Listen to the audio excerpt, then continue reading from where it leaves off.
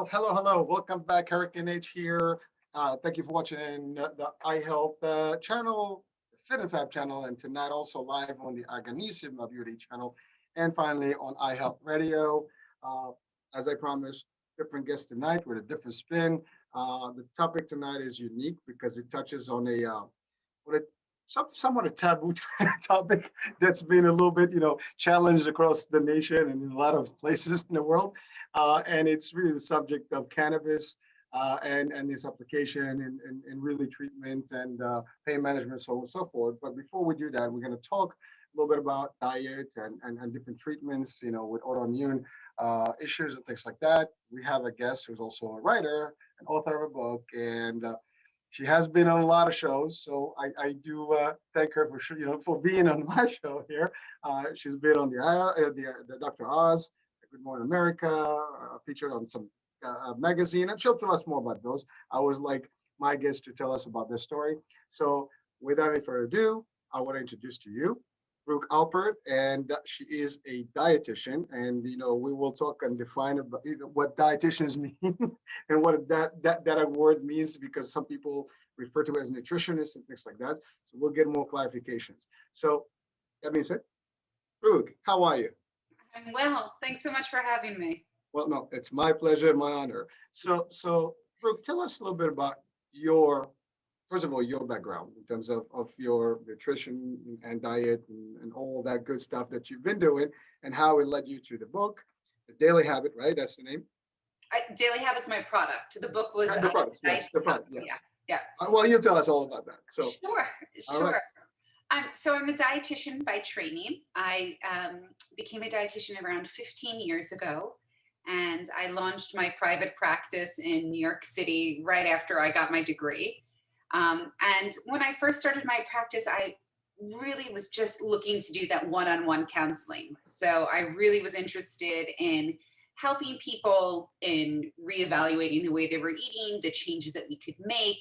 I sort of fell into the specialty of true weight loss. And so I would say the majority of my business was weight loss.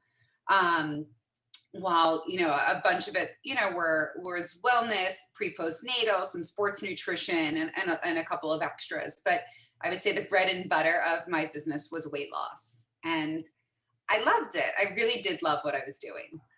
Yeah. So talking about weight loss, I mean, as I said earlier, we're also featured on the FitnessFab channel, and we actually do have a fitness, component to our business here and our family. And one of the things we deal with all the time is we get questions left and right about diet, loss, weight loss management, how to properly, get healthy habits and so on and so forth. It's pretty confusing, and people, follow different diets, keto, and there's always new stuff. And, there's the combination of exercise, intermittent fasting, and all these things. There's a lot of stuff. And also then you have people with different chronic diseases, diabetes, and so on and so forth, and how they can really address their diet, habits, and really have a routine and understand what they should eat and what they shouldn't, and what's the calorie counts and all this stuff. What can you tell us about that? Just in a short, way. Sure. In a nutshell, I think what makes things so confusing is that everyone's an expert, right? So you have doctors, you have dietitians, you have people who call themselves nutritionists, health counselors, an influencer on Instagram, right? Like your grandma's aunt's best friend, right? So everybody had something that either worked for them temporarily, heard about something. So there's a lot of information that's always coming. And I like keeping up with the new science and the new literature. So there's a bunch of dietitians that really won't look at any sort of new diets that come out, or new science or new types of eating behaviors, because they're like, no, we do it this one way, right? It's calories in, calories out, and that's all that matters. I don't work that way. I think that the new research is really awesome. So I think that with everything that comes out, there's always some small nugget of helpful information lost in this giant pile of garbage. Right? So I think there's the science behind intermittent fasting, for example, is awesome. The problem is it's really hard to stick to, right? Because telling people just not to eat is more complicated because we have emotional relationships with food. We have habits that are hard to get out of. But something really cool about intermittent fasting, there's something called early time restricted feeding, which is a version of intermittent fasting, but it's very doable. So it's really just a fast of 12 to 14 hours, which is just sort of like having an early dinner or a late breakfast. But it's not saying, hey, let's go out the whole day and not eat. So I think that with all the information out there, we need to respect the new science and perhaps even the new anecdotal evidence, but we need to take it all with like a grain of like, salt. So I think there's always a lot. What's most important is what's sustainable for you. What can you stick to without feeling like crazy deprived that will set you up to fail? And then do you feel good from it? Is it doing the right things for your body? Right? So I could have someone that may not be celiac, but who does very well on a gluten-free diet because it just helps their digestion or whatever. Mm-hmm. But I could also have someone who's trying to follow a gluten-free diet, not due to celiacs, and they're eating gluten-free garbage. So again, there's great information. You just have to wade through all of the stuff. So I'm not against the fads. I'm against what the fads often entail. Excellent. Well, I mean, that's pretty good advice because it is, I hear it all the time and people stating different things based on the experience that you said. And, again, when talking diets, I mean, sometimes diets are limited because how long can you possibly sustain it? I mean, and then what happens with people with diet, they typically get to a point they can no longer do it. And then they relapse quickly and it gets worse. And then now they're like, oh, I lose, fade and all this stuff and whatever. And then they get back much, much heavier and things like that. And then it's exercise not working out and it becomes a nightmare. And we've seen it. But then, of course, we've seen some success stories. But it's really a good, combination of all the above. You need to know what's going on, understand it, and to your point, maybe reach out to someone with expertise. We're not, we can all Google and learn stuff, overnight, but we're not the experts, and at least not me. And for those of us who don't have certification in such, a very unique, specific industry type or level of understanding, we shouldn't be actually giving advice about it other than the basic stuff. And I think dietitians are there for a reason, just like we have doctors for different specialties and so on and so forth. Yeah. Everybody has their own expertise. And I think that's common sense. I'm not saying that that is, special right now, but some people may not see it that way. Or maybe they don't even know where to go for nutrition, advice. And, again, we go to magazines, we go to books. Doesn't usually, I mean, it's different opinions. But really, if you get someone that understands you well. I think that if a diet sounds too good to be true and is promising crazy results in a short amount of time and involves a crazy amount of restriction, even if you feel good doing it the first few days, it's really important to know what's sustainable for you, right? So small changes that you can make, to what you're currently doing tend to be the most effective because they don't disrupt your life. Now, on the other hand, some people really need that disruption, like people who've been eating really poorly. Sometimes, we just need that kick in the butt, to really reevaluate what we're doing and sort of relearn how to eat. But I would say that most people will do well with saying, all right, this is how I'm eating. I want to maybe follow more of a paleo lifestyle, or I want to do a little bit of time restricted feeding, or, really work on cutting down carbohydrates and embracing healthy fats. So like all different components of 100 different diets. But how can we do it with the foods that you love and your current lifestyle? And if it doesn't fit into that, it's not going to be sustainable for you. And you're going to be this is when the diet starts Monday every week. So Brooke, how accessible are dietitians? I mean, it's not, I'm sure there's plenty. I mean, you practice in New York, right? Yeah. And I'm sure there's plenty of offices and services that provide similar. Is it maybe cost? I don't know. I mean, again, I'm sure insurance covers it. I mean, I'm in the insurance world. I know when someone needs stuff, it's covered. It's like, is that what people do not actually reach the right advice? So they just basically prefer to just hear it from a third party and that's it and follow whatever they hear? I think a lot of people like the quick fix versus being willing to go to a dietitian or some sort of true expert. Dietitians are everywhere. You just have to look for them. My practice is in New York City. We don't take insurance. We're expensive. So I understand the reason why some people wouldn't come to us. But there's plenty of amazing dietitians all over the country who accept insurance, who have sliding scale payments, who can do things that are affordable, remote, sessions, and ones who can sort of meet the needs that you're looking for. So it's people are out there to help you. I just think, unfortunately, when it comes to diet, so many people just want that quick fix. And that's why, like, I've written books, because I feel like people are much more willing to download a book on their Kindle or just go buy one at Barnes and Nobles or wherever bookstores are these days, and just sort of following that. But I don't think anything beats that one-on-one counseling. It's the same thing with therapy, right? So, like, you could read your self-help books, right? And you can follow people online who give you like great mental health advice, but it's not the same as going one-on-one with a therapist who gets to know you specifically and your issues. So, there's pros and cons to both. Sure. But I think nothing beats, a one-on-one session with a good dietitian. Excellent. Thanks, Brooke, for that. So now we'll go to the story.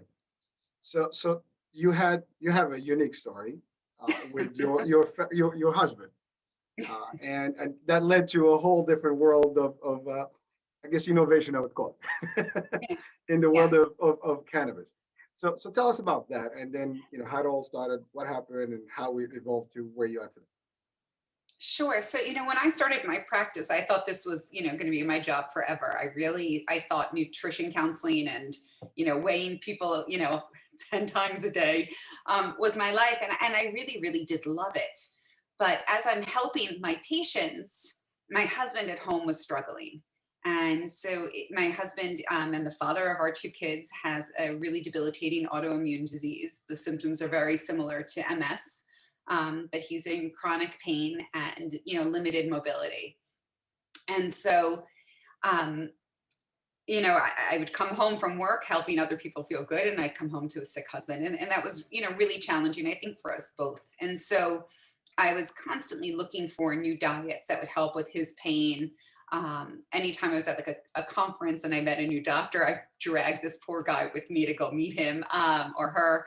He was like a human pincushion for any new doctor I met. And everyone was always so excited, to meet him because he had such a unique case and this crazy history. And then it would turn out like it would be a dead end. And that was the same thing with the diets. I put him on all of these crazy diets. And at one point he was on like a liver and cabbage, basically diet. And finally he had said enough. And he asked that I could just go back to being his wife and the mother of his kids and not his practitioner. And, I actually like wish he asked to see other people instead, because I feel like it's very hard as someone who's in the health field to watch your partner struggle.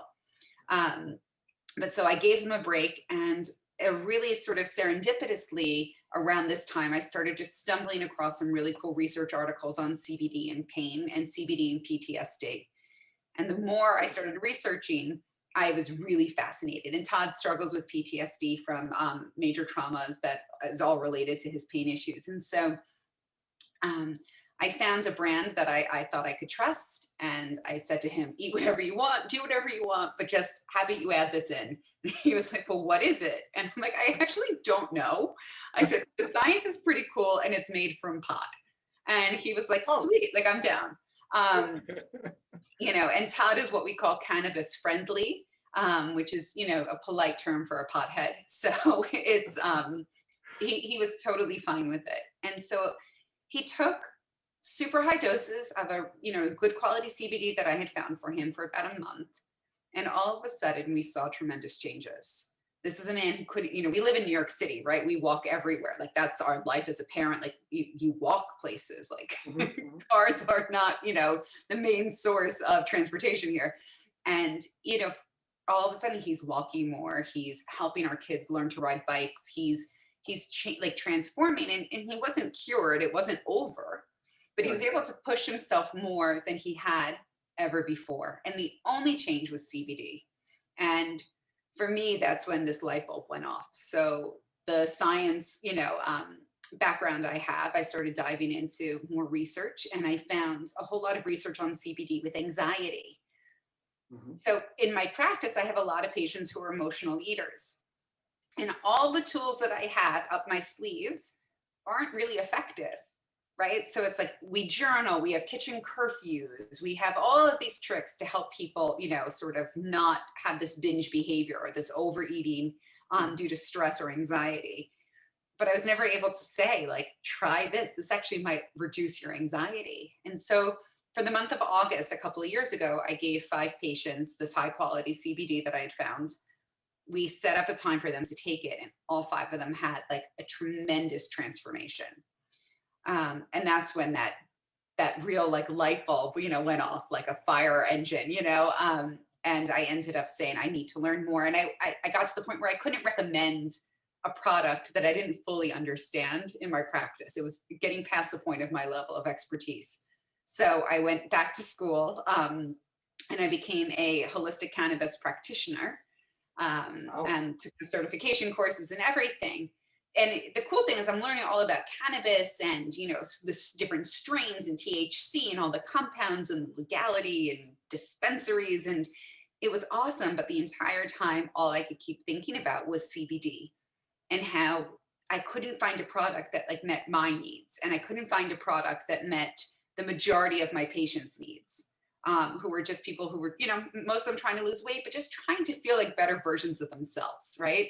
So my husband had great products for illness, but there was nothing really for those who were, you know, looking for wellness. And that's when I decided to create my own, and I created Daily Habit.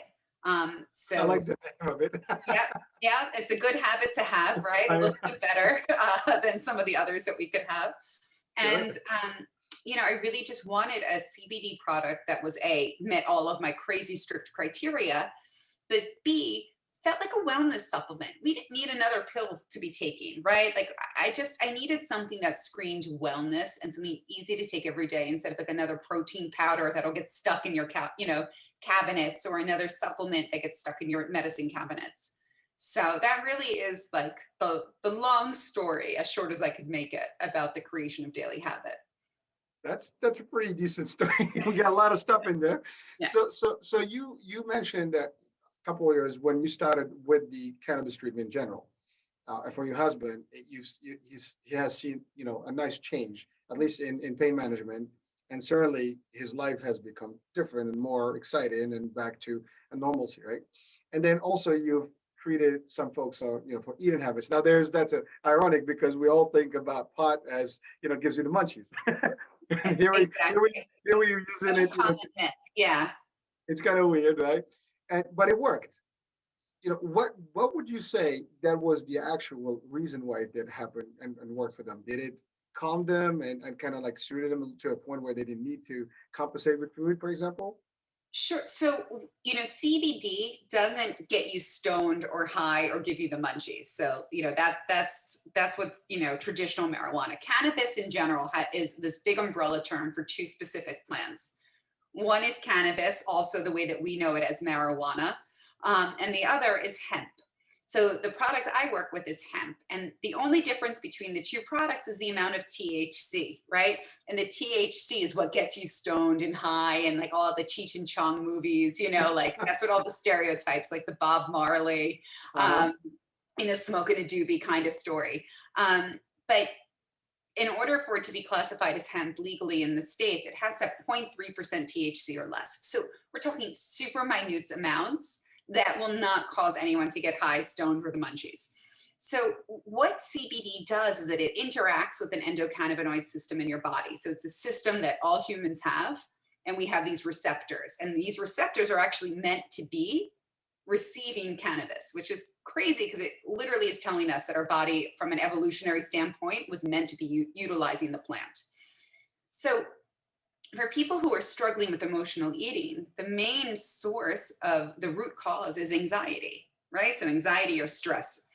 So if we can work on in taking something that helps with the anxiety and reducing their anxiety, which is what CBD is really well known for, then it's going to be really beneficial for those who struggle with the anxiety that causes them to emotionally eat. So we're sort of addressing one of the causes before the symptoms of emotional eating. And that's what CBD does. It connects to those receptors in the body, and it tells the body to sort of recalibrate, recreate homeostasis, right? Get back into balance and it reduces those anxiety levels. And it's not like a mask. It's not like covering up, right? By taking like a medication to like not feel those feelings. Mhm. It's actually fixing it, right? So it's recalibrating how your body's reacting to anxiety. So it's super cool because we're not masking your emotions, right? I'm not asking people to sort of, medicate out of their feelings. It's just helping your body cope with them a lot better. So in essence, it works more as a substitute, for example, to medicine. I mean, like an opioid, kind of treatment, which is basically chemically inducing and treating your pain and stopping your brain from thinking that there's a pain, but it is. This is different. It actually works completely differently. Yeah. So, right. So when you take Tylenol because you're feeling pain, Tylenol is not fixing the pain, it's covering up the pain. Right. Right. So if like you're taking heavy painkillers and walking on, let's say like a broken ankle, you're still going to be hurting your ankle even if you can't feel it. Right. So it's not Right. healing it. Right. That would be Numbing like it for a minute. Right. So what CBD can do is actually sort of like re-trigger, recalculate what is going on in the body that is causing the anxiety. So it's going to reduce the amount of anxiety that the body is producing. So it's getting to the root cause of the issue, which is so much more effective when treating real issues. Now, whether it's mental health or physical pain or whatever, I'm not against medication, right? I think that medication is definitely necessary for so many people, and there's no shame or stigma. But I think that for a lot of people, if you can try a more natural alternative that has better effects and less side effects, it's worth a shot. If that's not good enough for you, or you are too, your issues are too strong, please go medicate. Please feel no shame. I am all for it. I don't ever want someone to think that just because I'm so pro, natural remedies that I'm against medicine, but it's not the case. But for many people who suffer from mild anxieties and mild issues, CBD is a great solution for them. Actually, it's funny because I did attend a seminar, and I've actually tried an ointment for pain, and it was the best thing. You don't feel any joint pain or anything. I mean, through the working out business, I had a little bit of a pain, and that kind of disappeared, and it was like a good feeling. But it was no side effect to it. It was just, and it's funny because in that seminar, I think 90% of the audience were seniors.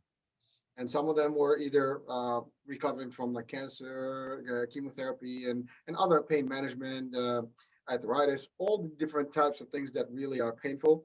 And they were like excited. I mean, they could swear with by those ointments and the treatments. And there was also some sort of a I forgot what it was. It's like an aroma that they basically put into this little dispenser, and it was in the air, and it gets you a little bit of, like an oil, like an essence that was in the air. It was all natural, but it was really good stuff, and it worked. And it's not like everybody got stoned. Everybody was good. We walked out there normal. The topical treatments are really incredible. So, for someone like my husband who's, struggles with chronic pain, he can take the CBD that he's using and take his medication, but getting, to apply medicine right to his hands where the pain is, with these amazing topicals that are out there and salves are great. I have kids, both my kids are competitive figure skaters. So we have a lot of bruises from falls. As soon as they come off the ice and I see a limp or I see them grabbing something, like mama's coming out with the cream, and they might stink from like the menthol parts that are in it. But the CBD and the components from the hemp plant that are in there are so helpful. And it completely reduces their healing time when it comes to these bruises and aches and pains. So, the cool thing about CBD is there's so many different applications. So you can, use it topically, you can still take it internally, and really sort of, heal inflammation and pain from the inside and from the outside in. Wow.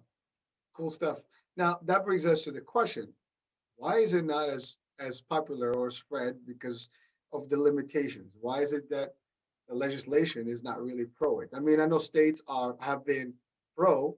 A lot of states have actually now made it either available, marijuana and cannabis practice is more common in some states. California has been the leader, of course. Now I know New York has been getting more in the bandwagon here, in the bandwagon. Then you have Jersey that just voted. Yeah. So tell us more about that. Yeah, so Colorado was actually the leader. It was the first Oh, state there you go. to legalize in the US. So yeah, in California, not far in between. Massachusetts is legal. Jersey, we're on the cusp. Like it's close to happening. I really do believe this is the year for Jersey to have recreational and medicinal marijuana out there. New York has medicinal marijuana, some really cool dispensaries here in the city, but they're limited and they're limited with what they can sell. You know, I think that there's so much stigma still attached. Yes. And I think that as my guess is that as the legislation starts to loosen, right, and we see more states legalizing it, there's a lot of work to do behind the scenes because, you know, listen, I am a white woman in New York City working with cannabis. And I have such a privilege, right? Because there's so many, you know, people of color who are, you know, in jail for working with a similar plant, you know, and granted, I don't think the motives were like, you know, for wellness, but we can't, you know, legalize these plants without decriminalizing all the people that are behind jail, you know, behind bars for it. And so I think there's a lot of work. So it's going to be like 2 steps forward and like a couple of steps back constantly. To really sort of try to bring things up to a more fair level. The crazy thing is that what legalizing, you know, recreational cannabis use and, you know, legalizing the dispensaries does for each state is so incredible. So the amount of money that these dispensaries give back, whether it's, you know, from in taxes and fees and everything, can actually change an entire state's, you know, budget and lifestyle. So like there was in Washington, where it's legal, there are like these amazing case studies that showed that once they started taxing these dispensaries, that the amount of money that went back into the communities and the quality of the life for most people greatly improved because these are millions of tax dollars going back into the community. So to me, it's crazy that we haven't gotten there yet. And the amount of money that these dispensaries can make, which therefore means their taxes are going to be being paid, are enough to offset so many community issues. So, I mean, that's my high horse there. It's, you know, it's a plant. It should totally be legal. We need to get people out of jail and clean their records. And then we need to tax these dispensaries and put all that money back into the community that, you know, originally supported it. So, Brooke, you just stated, I mean, there are states that have been in effect for years, a couple of decades already, and it's been working. And to your point, and there's money to be made. And in my mind, I mean, I don't see it any different from alcohol or tobacco.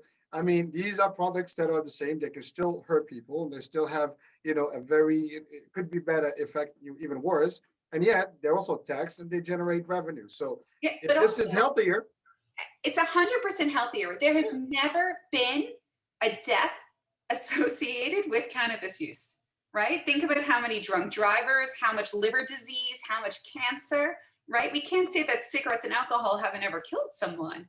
And yet there's never been one diagnosed death due to cannabis overconsumption in the entire US. So, you know, for me, like it's crazy. And, you know, like I live in New York, I'm a mom here and I listen to, you know, my kids, you know, my mom friends basically say, oh, it's cocktail hour. This is mommy juice. Or, oh, I drank too much last night. Meanwhile, I don't touch alcohol because it's just not my thing. But if I mention like what I do for a living and I work with, oh my God. I'm the one who's like edgy and taboo. You know, meanwhile, like, you know, I don't even drink like, you know, caffeine after 12 o'clock. Like, it's comical, the double standard that's associated with cannabis usage, but not with alcohol. Well, I mean, I'm sure there's plenty of work to be done, but I'm sure there are reasons behind it. I mean, it's a very competitive industry, I guess, to the others, and that may be another reason why it's not taking the front, I guess, position here, because these are more, I guess, anchored, you know, industries that are stronger and more powerful, more lobby and things. So that could be that. So let's talk dispensaries. You mentioned dispensaries. What are they? I mean, some people may not understand what those are. I mean, you know, it sounds like a store, you know. It basically is. And there's, you know, depends on what state you're in. All the dispensaries are a little different. The one thing that's across the board is they're all really strict. It's like, it's harder to get into a dispensary than it is to a bar in New York City, right? Yep. So you need to have, you know, all forms of identification. You need to be over 21. They're very strict. Now, depending on what state you're in, it could either be medicinal usage or recreational usage or a combination of both. Here in New York and still in New Jersey, medicinal only. So some dispensaries will have CBD products in the front that you're allowed to buy from if you don't have your medical prescription. And then the rest of the store, the back end, is all for medicinal products. And so you need to have a prescription. You cannot enter the store, that area of the store. And it's much easier now to get a medical marijuana prescription than it ever has been. And that's kind of great because more people reaching for medical marijuana means less people reaching for opioids. Very, very, very simple right there. Which is a crazy thing right now. Which is insane. And so, and you can go, and I have to say in the last, 5 years of visiting dispensaries, every single one I've gone to has had really great informed people working.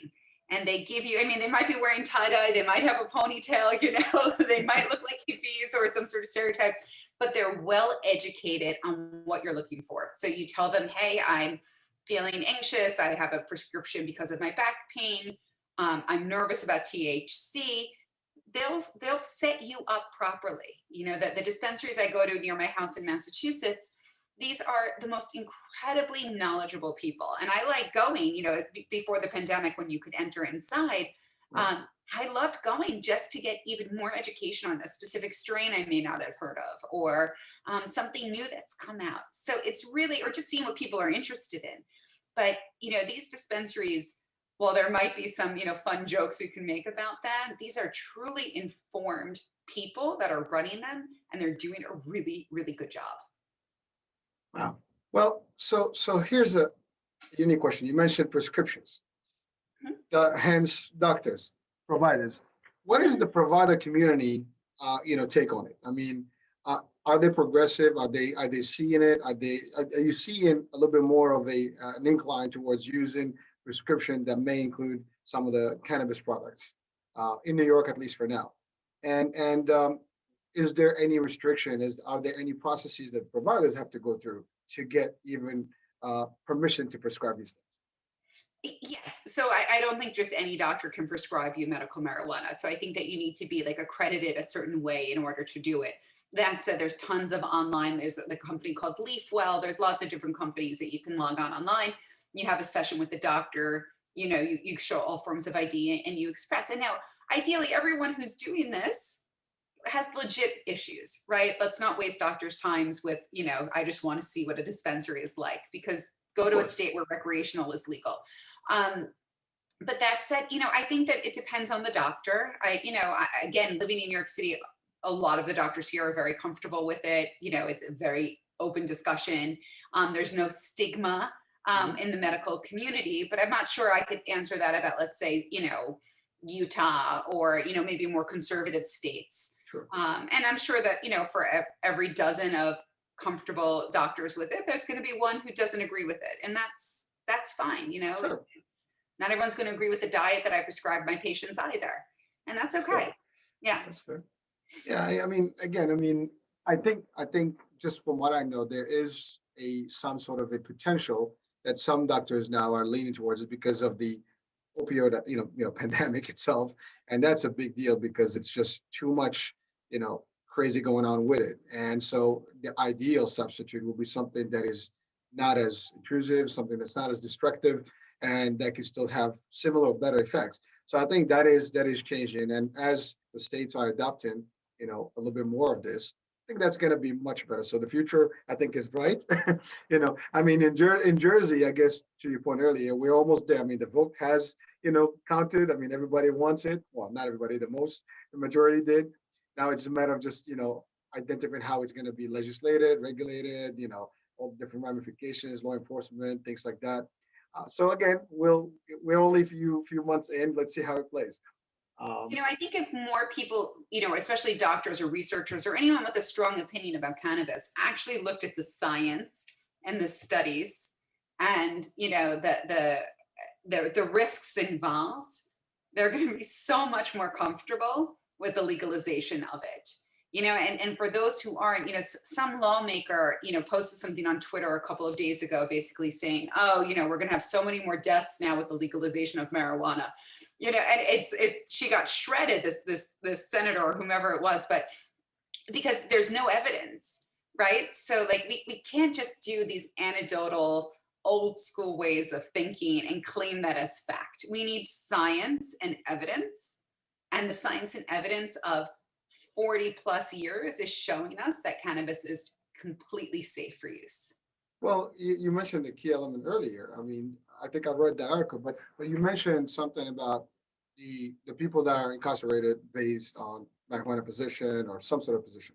And when you think about it, yeah, I mean, if you legalize this, well, now these guys have to be innocent and have to be, their sentences have to be eliminated. So there is, I think I read also, I think just somewhere a couple of days ago, something about it where that is a big question. Well, if we do this, it's going to be challenging because we have to let people go out of jail and maybe they're going to go back and do crazy things. So I think there is also that hype and create a little bit of Well, they're not panic. going to go back and do crazy things, right? Because what they're in jail for is possession of marijuana, right? So we're not saying Right. like, for like a giant drug lord who is selling cocaine to people, right? Like these are people with like these small crimes of either being in the wrong place at the wrong time or even intent to sell. But, holding them keeping them incarcerated isn't necessarily the answer, especially now that we've learned so much about the plant. That said, I don't think someone who is incarcerated for 10, 15, 20 years should just be released like that. I think that we owe it to them to help sort of like readjust them to life. So whether there's some sort of transitional period or something, I think otherwise it could be really alarming, and then people will have no other ways to support themselves than going back to the life they once knew. So I think it's a huge undertaking, for the government to really think about how we can do it the right way, but it needs to get done because there's too many people behind bars for something that should not have put them there in the first place. No, agreed. And I think the debate is going to continue. And ultimately, there's got to be a point where this is all going to ease up and they'll find solutions to balance it out. Now, Yeah. I know in the US, we're still debating different states. I mean, other countries have actually, bypassed this long time ago. I mean, I don't know if you've been to Amsterdam, but I mean, that's been, available for the longest, and it's all legal and there's no problems, and they don't even have issues with crime. I think the crime rate is lower than most of the people in the world, or It's most like a other lovely countries. quality of life in Amsterdam. It's such a beautiful city. Yeah. I mean, and again, I think Canada next door, I mean, they have a different tolerance for it. I mean, so it's really unique just how the dynamics work in the States. But again, it is what it is. And that's the other thing, every state regulates differently. I mean, I know, for example, on the insurance side, we have been, especially for the senior markets and the senior products for Medicare recipients, we've tried to introduce it for pain management, things like that, as benefits. And until the federal government, approves of it, there is no way for it to be part of the Medicare cover. So it's always at cost. And that's been also another challenge because a lot of folks, the seniors are having to pay for it to actually get that super treatment that they can get through their regular insurance. Medicaid is different, but states also have control, over things. So there's a little challenging right now. But again, dispensaries at cost, you get a prescription, you go and buy. I mean, I'm sure the product value is different in terms of the cost. Some products could be cheaper than others, but I mean, it's not for everyone, financially speaking, right? Unfortunately. Yeah, and the irony is, a lot of seniors still have that stigma, even with the CBD product. And I've known plenty of seniors who, are in chronic pain, could get their medical marijuana prescription and won't use it, but yet they have no problem taking painkillers. So, it's a very hard audience to get them to change their way of thinking, for sure. Well, we have newer seniors now, baby boomers Yeah, coming up maybe we're with, ones. with a little bit of a different angle, and you got people that had a good time in the 70s they're coming up too. That's a good point. So they might have a little bit of a different spin, and again, it's going to be interesting to see how this all going to play. Now let's talk about your product specifically. The Daily Habit, right? Yeah. And now, is that an ointment? Is that a pill? Is that, what kind of product is it? So Daily Habit is a powdered supplement. And our basis of the powder is a coconut powder with a high amount of MCTs, which are those healthy fats that would give you really good brain action, brain focus and function. Sign me up. I'm And just and so what our product is meant for is to be scooped into coffee or, put into your coffee, teas, or smoothies. So this way, Mhm. it's something that you can do every day. I didn't want, again, another protein powder in your cabinet or another pill in your medicine cabinet where you just don't want to take it or you forget after a few days. So this is part of like a really great ritual. And most people have some sort of coffee or morning beverage ritual. So you put it into your coffee, your teas, your smoothies, you drink it. We are super high quality CBD, organically grown in Oregon, all really up to my crazy restrictions and specifications. I'm a crazy person when it comes to products I recommend or create. And it's just a delicious, the powder works as like a non-dairy creamer. So it turns a black coffee into something, milky and delicious without any dairy. So we're keto friendly, we're paleo, we're vegan. We meet like every box that we talked about earlier, with crazy diets. But it's just a great product for anyone who's looking just to optimize, to be the best version of themselves each day. So is that something that only once a day, or they can take more of it? I mean, I'm sure there's got to be some sort of a limit to it. Well, I love this stuff. Let's just take the whole bunch. Yeah, we recommend no more than 5 servings of our product a day. The truth is, if you need more CBD than what my product can offer at 5 servings, I need to move you up to a stronger product, right? So again, that's not a wellness product, that's an illness. So my husband, as much as he loves my product and puts it in his coffee because he likes how it starts his day, he needs much higher doses, and he'd be using like a container a day, which isn't really great. And it just doesn't make sense financially or, product wise. So for someone who needs more than that, like if you're using my product more than 3 times a day, even though we max out at 5, I say if you need it more than 3 times a day, we need to move you up to a stronger dose. And then that's when I'd recommend another brand that feels more medicinal versus wellness, but you're still getting quality CBD. It's again, we're for the wellness people. So when you're having a really, really rough time or dealing with severe chronic issues, my product's not for you. If you feel good and want to feel better or dealing with minor issues, my product is exactly what you need. Now, the product is available online or at dispensaries or? No, online, dailyhabitscbd.com. You can get everything off of our website, including those cannabis friendly t-shirts that we created in honor of my husband. All right. Well, actually, the link is on the description of the show. So Oh, great. check in sample the goods and see how it plays and how you feel. And there's plenty where that comes from. um, Absolutely. what else? So you mentioned books Yeah. earlier. Now, is there any book that actually talks about this specific, item or just general nutrition? No, so I have a lot of specific diet books, but that was all pre my cannabis days. I haven't really, I don't really feel the need to write a book on cannabis. I feel like There's plenty out there. yeah, and I honestly like I get out and I get to talk about it so much that I say everything I want to say on these podcasts or in interviews and stuff, and that's where I really love connecting and sharing my information.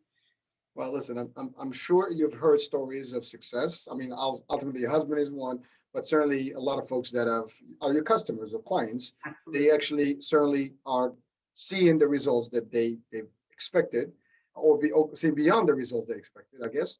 And that is a satisfaction because I mean, you do have something that is tangible, it has good merits, and it really shows results and is affecting lives in a better way. There's nothing, I mean, that's the best thing someone can want from their products. Absolutely. It feels so good to say, try this and tell me if you feel better versus, completely changing someone's diet and lifestyle. It's been a great addition to my career to be able to recommend something like this.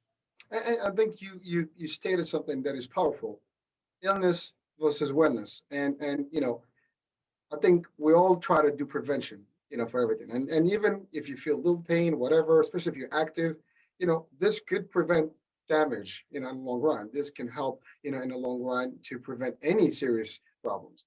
And again, I don't know what degree. I'm not a doctor, but it has to work to a degree where even if you have some serious problems, you will be a little bit delayed So you have the time to actually adjust, go to your doctors, do more stuff, and eventually even get better. So I think that is a big, piece of information that people have to take maybe from the show, is that don't wait until it's too late and then try to fix the problem. If you can actually prevent it in advance, that's always, the better way, better strategy. So 100%. Yeah. so, Brooke, we're coming out to the end of the show here, but so Yeah. if you can just tell us a few things that you want to leave, the audience and the listeners tonight, with, what would that be? Whew. I think let's break down the stigma associated with cannabis products and CBD as well. There is no shame in working with hemp and in trying something that might make you feel better. So, try it, give me a call, let me know what you think. But, CBD can be really effective for a lot of people. It's not a miracle. It's not going to fix everything in your life that's going wrong. It's not going to fix every illness and every issue, but it can make a lot of people feel a lot better. That's it. And a lot of people out there could use, something of that nature to help them. I mean, to your point, anxiety, food, pain, different levels. So if you're listening, watching, please, check out the site, check out the product and see if this is something that would make a difference for you and your or family member or loved one. Again, and if you like it, ultimately share the love.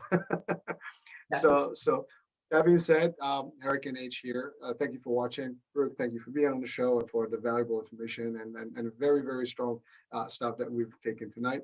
Again, if you're watching, please check out the site. Thank you for watching tonight. Thank you for listening in. And we'll be talking tomorrow night for another show, a different guest, and a lot of new valuable insights. With that being, bye-bye.